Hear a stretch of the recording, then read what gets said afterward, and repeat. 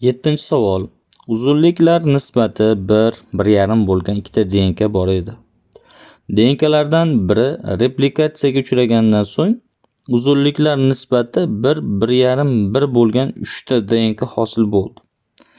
Agar birinchi DNK tarkibidagi adenin nukleoidlari ikkinchi DNK tarkibidagi adenin nukleoidlariga teng, ikkinchi DNK tarkibidagi guaninlar nukleoidlari uchinchi DNK tarkibidagi guanin nukleoidlaridan 3,5 marta ko'p, ushbu 3 ta DNKda 4050 ta vodorod bog' mavjud bo'lsa, replikatsiya jarayonida nechta vodorod bog' uzilgan? Xo'p, endi bizda bor ekan birinchi DNKmiz, birinchi DNK,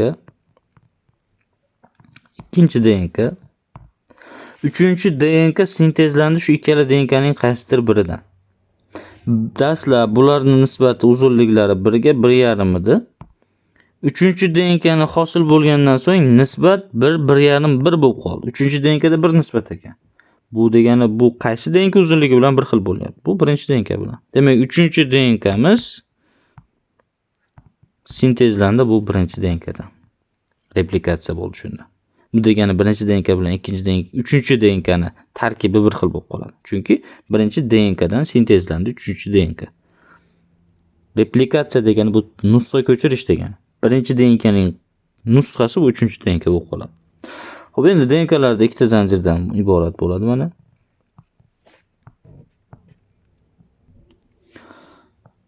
Adenin, timin, guanin, sitozin.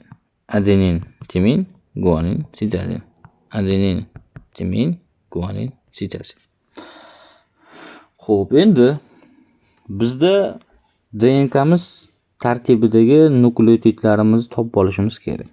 Buning uchun ma'lumot berdiki, uchala DNK tarkibidagi umumiy 4050 ta vodorod bog' borligi va guanin, adenin nisbatlari berildi.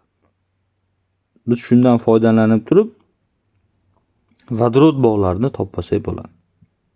Ya'ni qanday qilib vodorod bog'lari topiladi? Xo'p, nukleotidlarda, ya'ni DNK tarkibidagi uzunliklar nisbati bu nukleotidlar nisbatiga to'g'ri kelaveradi. 1,5 nisbat uzunlikmi? Bu DNK tarkibidagi nukleotidlar nisbati ham 1,5 nisbat deb olsak bo'laveradi. Xo'p, endi birinchi DNK tarkibidagi adenin nukleotidlar ikkinchi DNK tarkibidagi adenin nukleotidlarga teng ekan. Demak, buni x deb belgilasam, timin ham x. Ikkinchi DNK tarkibidagi adenin ham x bo'lgan, timin ham x bo'lgan. Chunki ikkalasi teng. Endi uchinchi DNK birinchi DNK bilan bir xilmidi? Demak, bularda ham mana x bo'lgan. Hammasida demak adeninlar soni teng bo'lgan. Uchala DNKda. Xo'p, endi uchinchi DNK tarkibidagi guaninlar ikkinchi DNK tarkibidagi guanindan 3,5 marta kam ekan. Chunki ikkinchi DNK tarkibidagi guanin deyapti, uchinchi DNK tarkibidagi guanindan 3,5 marta ko'p deyapti. Bu ikkinchi DNKda ko'p, uchinchi DNKdan. Bu degani 3,5 Y adenin guanin bo'lsa ikkinchi DNKda. Demak, Y uchinchi DNKda guanin bo'lgan. Sitozinlarni ham topib qo'yaman. Demak, mana 3,5 Y, mana bunda Y.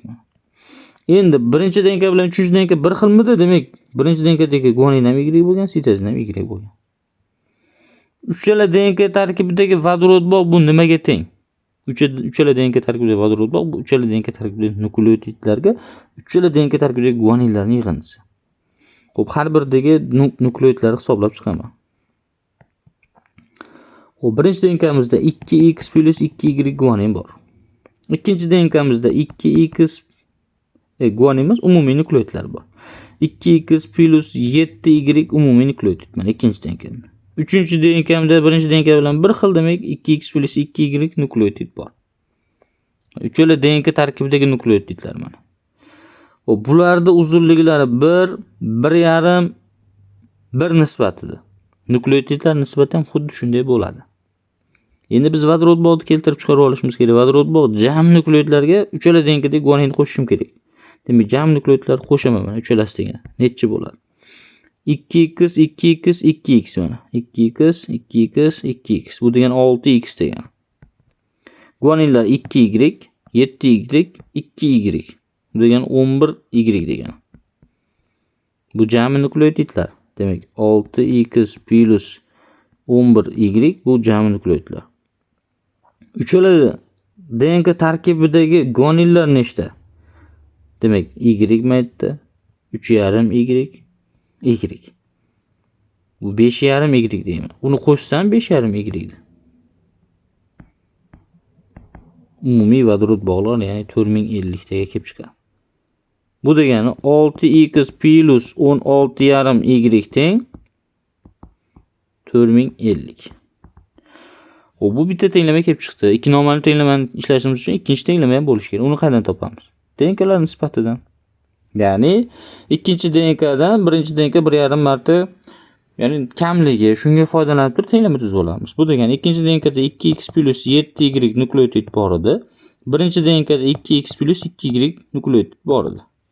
Uzunliklar nisbati nukleotidlar nisbatiga to'g'ri keladi dedim. Demak 1,5 taqsim 1 degan. Deganlarga ko'paytiradigan bo'lsam 2x plus 7y teng 1,5 ni 2x ga ko'paytirsam 3x, 1,5 ni 2y ga ko'paytirsam 3y. Mana ikkalasi tenglashdi. Xo'p, endi tenglamani ishlaydigan bo'lsam x yoki y bu tomonga olib o'tishim kerak. Demak, tenglikni bu tomoniga olib o'tyapman. Chap tomonni o'ng tomonga. 3x dan 2x ayrilib ketsa x qoladi. Endi minus bo'lib qoladi, sababi 3y dan 7y ayrilyapti. Demak, minus 4y teng 0 ga. Endi buni olib borib qo'yaman. Demak, x minus 4y teng 0 ga. X yoki y lar qisqartirib olishim kerak. Men x larni qisqartirib olishim uchun pastdagi xatni 6 ga ko'paytirib olsam qisqarib ketadi. Demak, tepadagi xat o'zi holicha 6x plus 16,5 y teng 4050 ga. Xo'p, pastdagi xatimiz demak 6 ni ko'paytiraman, birinchi x ga ko'paytiraman. Demak 6x bo'laveradi. Keyingisi minus 4 ga ko'paytirsam minus 24y teng 0 ga. Chunki 6 0 ga bo'lsa 0. Ayiraman. 6x dan 6x ayrilsa 0. 16,5 y dan minus 24 ayrilsa bu qo'shilib ketadi. Ya'ni minus bilan minus bo'lib qoladi. Ya'ni mana 16,5 minusdan 24 bo'lyapti. Qo'shilib ketib qoladi degan. Demak 16,5 ga qo'shaveraman 24 ni. Demak 40,5. 40/5 y teng 4050 ga. Y teng necha? Demak 4050 ni bo'laman 40/5 ga. Demak y 100 chiqdi. Xo'p, y-imiz 100 chiqdi, bu guaninlar degan. X topamiz. Mana bu joyga qo'shilgan bo'laveradi. Chunki 4y bitta x ga teng ekan. Ya'ni x minus y teng 0 degan bu tenglamamizga qo'ysak, demak x minus 4 ko'paytirilgan 100 deydigan bo'lsam teng 0 chiqishi kerak ekan. Bu degani x teng 400 degan. Demak x ham 400 ga teng ekan. Endi x larni o'rniga y larni o'rniga olib borib qo'yaman.